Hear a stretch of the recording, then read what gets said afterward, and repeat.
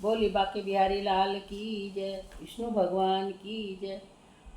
मेरी प्यारी बहनों नमस्कार। आज मैं आपको अक्षय तृतीया के बारे में बताना चाहती हूँ कि इसको इतना महत्वपूर्ण क्यों दिया जाता है, जो कि वैशाख मास में आती है। इस दिन इसी दिन अक्षय तृतीया को लोग बाग आखा तीज भी कहते हैं। इनका महत्व पूर्ण इसका महत्व इसलिए ज़्यादा है क्योंकि इस दिन ब्रह्मा के पुत्र अक्ष कुमार का अवतरण हुआ था, माँ अन्नपूर्णा का जन्म हुआ था और इस दिन परशुराम जी का जन्म हुआ था। कुबेर को खजाना मिला था और इसी दिन माँ गंगा का अवतरण हुआ था। पांडवों को अक्षय पात्र मिला था और इसी दिन महाभारत का युद्ध समाप्त हुआ था। महाभारत की रचना गणेश जी द्वारा इसी दिन की गई थी और इसी दिन जगन्नाथ जी के रथों को बनाना शुरू किया जाता है और प्रसिद्ध तीर्थ बद्रीनाथ जी के कपाट भी इसी दिन खोले जाते हैं और श्री वृंदावन बिहारी के मंदिर में चरण दर्शन भी आज अक्षय तृतीया के दिन किए जाते हैं। इस दिन बिना कोई मुहूर्त निकाले हम कोई भी शुभ कार्य कर सकते हैं। बोले बोले विष्णु भगवान की जय। वैशाख माह का 8वां अध्याय।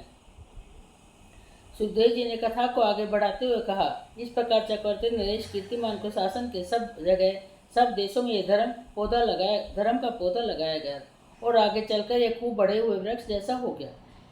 उस राजा के राज्य में जो लोग मर जाते थे वे भगवान विष्णु के लोक में जाते थे। वहाँ के लोगों को विष्णु लोक प्राप्त हो जाता था। एक बार भी वैशाख स्नान कर लेने से मनुष्य यमराज के पास नहीं जाता। अपने धर्म के अनुसार कार्यों के करने के कारण सब लोग विष्णु लोक में चले जाते थे। परिणाम ये हुआ कि यमपुरी के सब नरक खाली हो गए। वहाँ एक भी पापी प्राणी नहीं रहा। वैशाख मास के प्रभाव से यमपुरी का मार्ग भी सूना हो गया। सब मनुष्य दिव्य स्वरूप धारण करके भगवान विष्णु लोक को चले गए। देवताओं के लोग भी शून्य हो गए।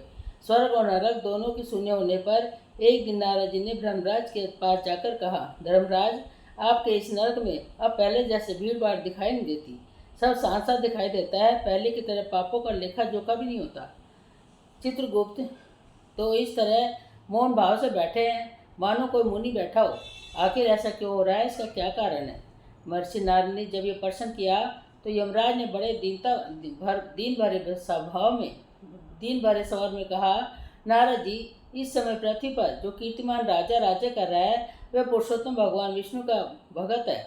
उसने सब जगह निर्देश दे रखा है कि कोई मनुष्य विष्णु भगवान को प्रसन्न करने के लिए वैशाख मास में बताए गए धर्मों का पालन न करने पर दंडित किया जाएगा। उसके भय से कोई भी मनुष्य कभी वैशाख मास के धर्मों का उल्लंघन नहीं करता। उस पुण्य कर्म के प्रभाव से सभी भगवान विष्णु के परम धाम को चले जाते हैं। हे नारद जी, उस राजा ने इस समय मेरी यमपुरी को मार्ग शून्य कर दिया, स्वर्ग और नरक दोनों का शून्य कर दिया। अब मैंने सोचा है कि मैं ब्रह्मा जी के पास जाऊं और ये समाचार उन्हें सुनाऊं, अपने परेशानी से उन्हें परिचित कराऊं, तभी मैं स्वस्थ और आश्वस्त हो सकूंगा। नारद को अपना निश्चय बताकर यमराज ब्रह्मा जी के पास गए। उनका दर्शन कर उन्हें प्रणाम किया। ब्रह्मा जी के यमराज को देखा और यमराज पृथ्वी पर गिर पड़े। उन्होंने ब्रह्मा से कहा, हर ब्राह्मण, काम में लगाया हुआ जो पुरुष स्वामी की आज्ञा को ठीक ठाक पालन कर नहीं करता और उसका धन लेकर मौज उड़ाता है वह काठ का कीड़ा होता है। जो बुद्धिमान मनुष्य लोभ के वश में पड़कर स्वामी के धन को बिना काम किए उपभोग करता है वह 3 कल्पों तक पक्षी बनकर नरक में जाता है। कार्य करने में समर्थ होकर भी जो मनुष्य कार्य में नियुक्त होकर निठल्ला बैठा रहता है वह बिलाव की योनि पाता है। कमलासन, मैं आपकी आज्ञा से धर्मपूर्ण प्रजा का पालन करता हूँ।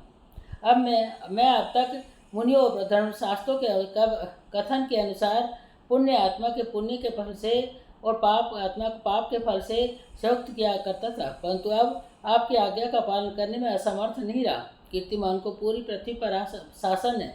उसके राज्य में सब लोग वैशाख मास के बताए पुण्य कर्मों का पालन करके पितरों और पितामहों के साथ वैकुंठ धाम में चले जाते हैं।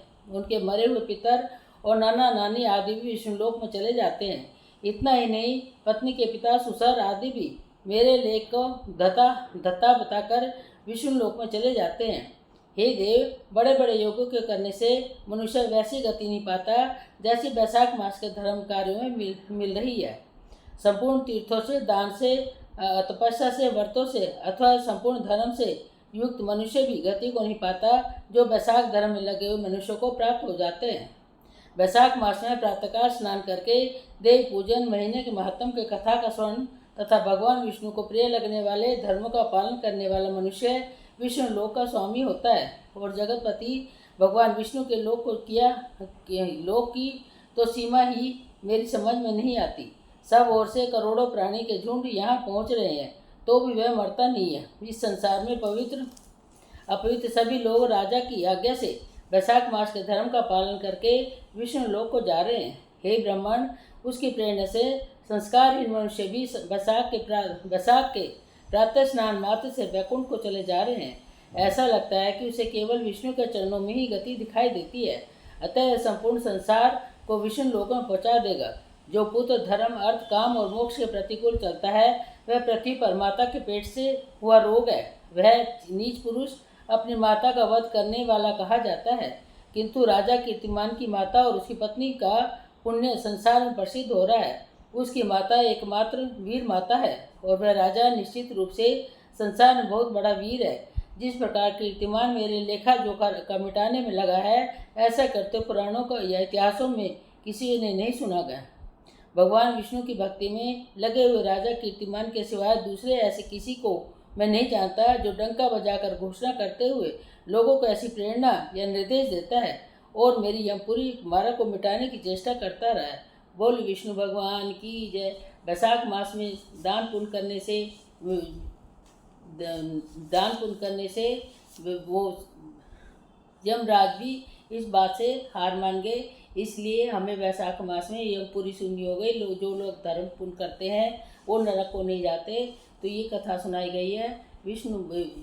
वैशाख मास में हमें धर्म पुण्य करने चाहिए जो कि हमें सीधे स्वर्ग में पहुँचाते हैं। बोल विष्णु भगवान की श्रीमन नारायण नारायण नारायण भजमन नारायण।